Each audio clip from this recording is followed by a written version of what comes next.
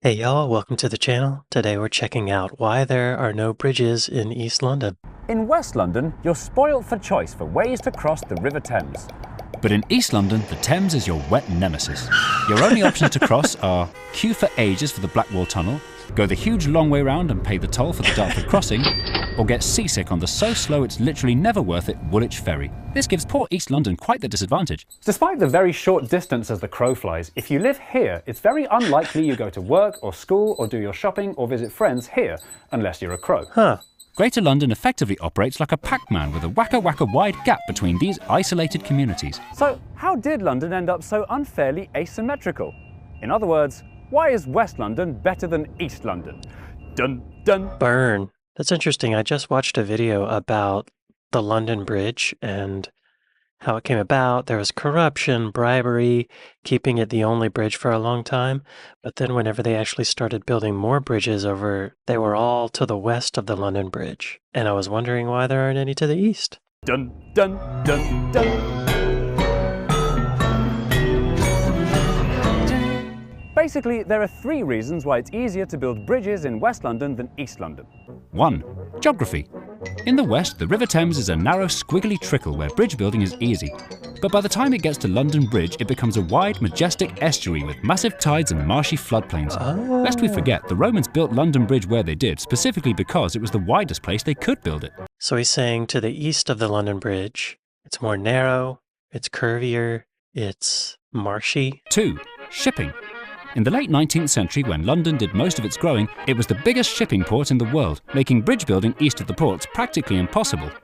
The literally only bridge in East-ish London, Tower Bridge, was an incredible feat of construction. So impressive it merited its own episode. Its elaborate brute force engineering and massive cost were justified by its iconic location, a huge gateway to the heart of London for those arriving by boat. If they wanted to build any more bridges in East London, every one of them would have to be bigger or more complicated than Tower Bridge. And that wasn't going to happen because 3. Okay, so he said number 2 is shipping, but then he mentioned that it would be too expensive or that'd have to be bigger than the Tower Bridge. Is that what he's saying? Or is he saying that there were so many ships on the river that it would just be impossible? 3. No demand. Historically, East London has always been poorer and more sparsely populated than West London, with no rich people to pay tolls and no important people to complain. So not only was it more effort to build crossings here, it wasn't worth the effort.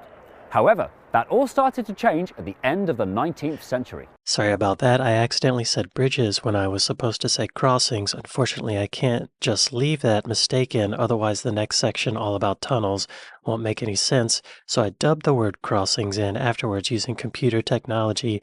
I don't think anyone noticed. He's taking his mistake and turning it into something more than being correct. A point of humor. This guy's great. Look at his face right here. He might be a creative genius. In the decades since the disastrous Thames Tunnel, the Victorians had learnt some lessons and had become rather good at digging. Having figured out how to build miles of railways underground, all they had to do was exactly the same thing under the river.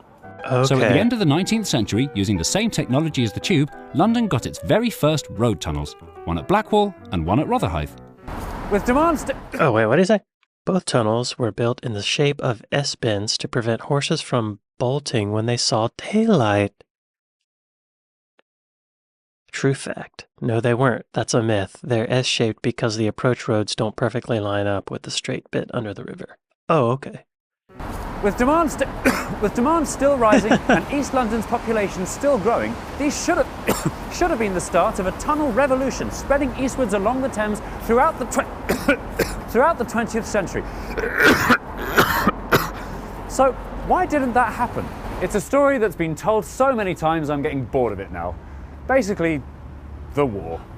First the First World War and second the Second World War put a stop to all big public projects, and when the wars were over, the money had run out, and it never really came back. And so, the 20th century saw pretty much no new river crossings in London.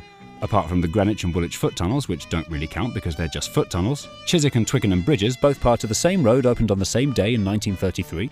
a second Blackwall Tunnel, which doesn't really count because it's just a widening of the first, and the Dartford Tunnel, which became 2 Dartford Tunnels, which became 2 Dartford Tunnels, and the QE2 Bridge, which also doesn't really count because it's in not London. London found itself frozen in this asymmetrical state for more than a century. This asymmetry gives the river a completely different character depending which side of London you're on. In the west, the river brings prosperity and flats with views and gastropubs and university boat races. But in the east, the river brings... By the end of the 20th century, the shipping industry that prevented any crossings being built here in the first place had all but disappeared, leaving behind a string of post-industrial literal dead ends, largely untouched by regeneration or your thoughts. The exception that proves the rule is Canary Wharf, which since the 80s has seen a rebirth as a business district full of Has no one ever thought to try to do anything to fix this? which since the 80s has seen a rebirth as a business district full of Has no one ever thought to try to do anything to fix this? Yes, they have. Ages ago. In the 1970s, plans were afoot for a long-awaited pill to close Pac-Man's mouth, the boringly named the East London River Crossing. By this time, technology had moved on, and bridges had once again overtaken tunnels as the more cost-effective way to get cars across a river. The bridge formed part of the notorious plans for new motorways in London called ringways. On the north side, the roads were more than ready. Pointing out his other video. Cool. On the north side, the roads were more than ready for the arrival of the new bridge. You can clearly see on satellite view how the North Circular Road gapes expectantly open wide, ready to send and receive cross-river traffic.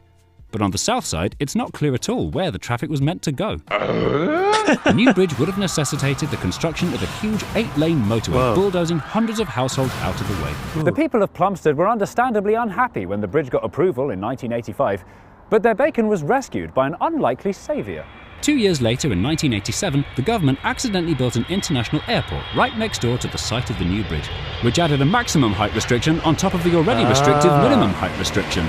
With the bridge needing a complete redesign, that meant going through the approval process all over again. And this time, it failed, and all thoughts of a crossing here were abandoned in 1993. But not for long. In 2004, the Mayor of London, Ken Livingstone, proposed an upgrade, or downgrade depending how you look at it, on the same site, the slightly betterly named Thames Gateway Bridge. Ken's bridge was going to be a local bridge for local people. What happened to his nose there? What is that in reference to? Is he referencing something, or is it just being weird? Ken's bridge was going to be a local bridge for local people. There would be just 4 lanes instead of 8, 2 of which would be bus lanes, which had the potential of being turned into an extension for the DLR. You can see on satellite view that Ken's bridge got quite far in the planning stages too. Here his nose is normal. Why did he make his nose like that? Just north of Galleon's Reach, there's a wide concrete flyover that stops mid-air where the connection to his new bridge was going to be. Environmentally speaking, it was a massive improvement on the monster from the 70s. But there was a major flaw in Ken's concept.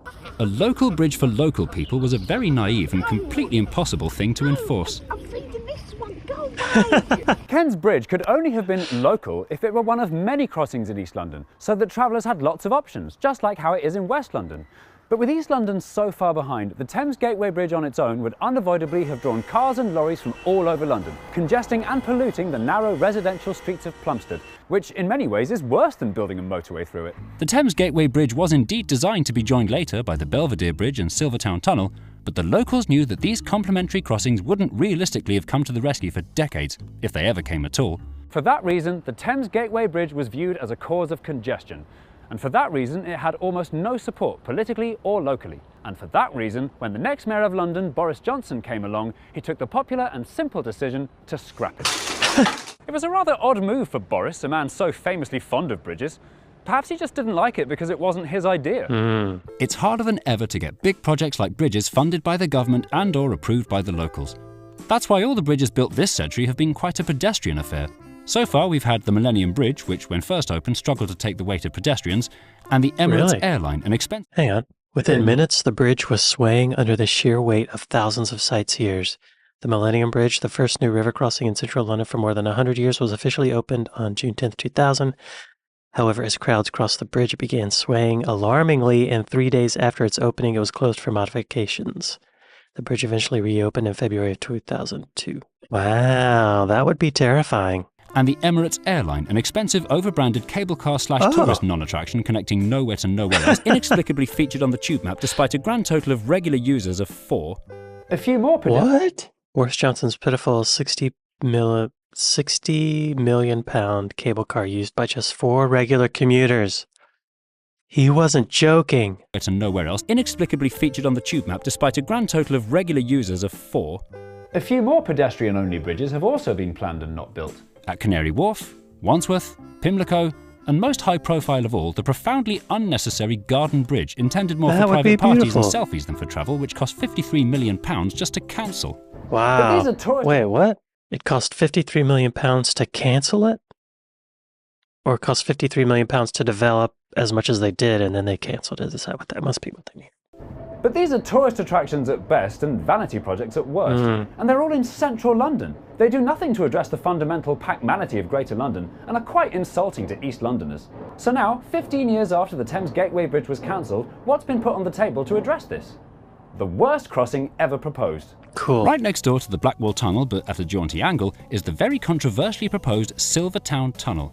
It's a very odd choice of location, given that it's one of the few parts of East London that already has lots of river crossings, and it's an even odder choice of mode. The Silvertown Tunnel is for motor traffic only, with no pedestrians, cyclists or trains allowed.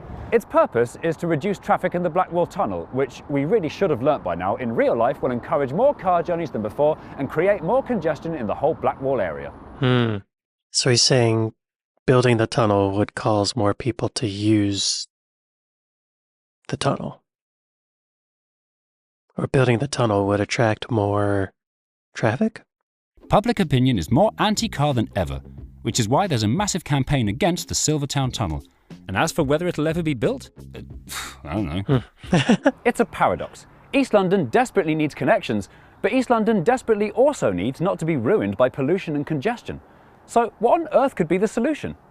There's actually a rather brilliant one. Ooh. The two as yet unconnected East Londons are a great opportunity to create ambitious new non-car crossings for rail, trams, cycling and walking. Ignoring today's demand for new roads and instead providing for journeys that don't exist yet may seem daft and will certainly cause frustration for the first few years. But when the only option to cross is a clean, green, sustainable one, people will take the clean, green, sustainable one in their thousands, and the positive effect will spread well beyond the banks of this river.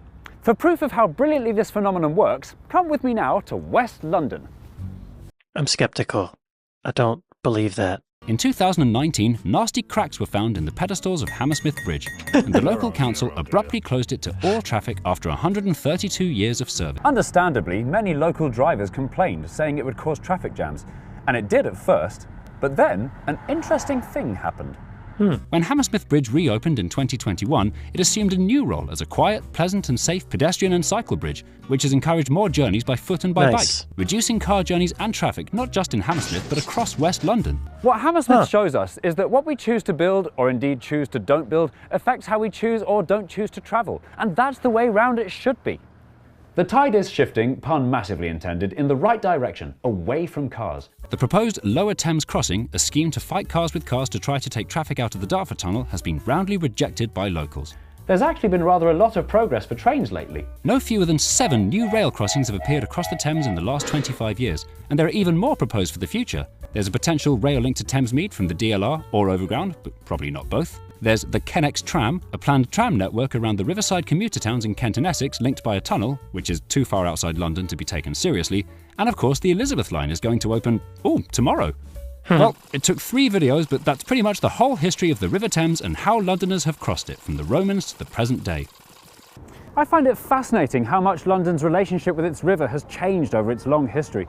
It's actually quite sad to think that what started out as a major highway and the lifeblood of London, saturated with boats of all different shapes and sizes, now spends most of its time sitting uselessly empty. A physical and mental barrier between North and South London. But will this trend, like so many others in London's evolving infrastructure, shift back the other way? Are there ways we could put our river to better use? I didn't realize that East London was so industrial and that's where a lot of the shipping happened. But it makes sense because that's the direction of the ocean. Good planning.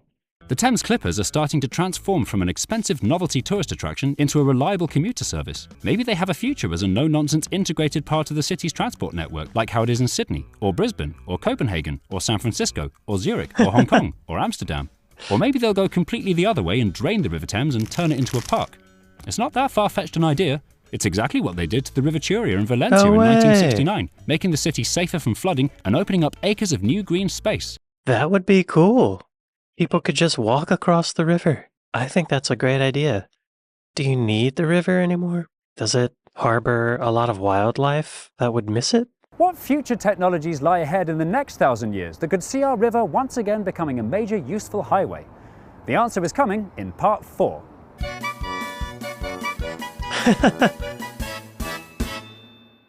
Wow, interesting video. So yeah, I was wondering why there are no bridges east of the London Bridge, and it's because of geography, shipping, and demand. So geography, because the East Thames is marshy. The second, shipping. There's so many boats in the water on the east side, it'd be hard to find time to build a bridge. And 3, demand. People just don't want to cross the bridge there. It's really strange that building a bridge to relieve traffic would actually increase traffic, and that building a bridge for bicycles and pedestrians encourage people to ride bikes and walk. But yeah, I think Jay Foreman might be a creative genius. I like his videos. I like his wittiness. I like his editing. I like his writing. I like his object work. And he has good hair. Great video. Thank y'all for recommending. Thank y'all for watching, and I'll see you next time. Later.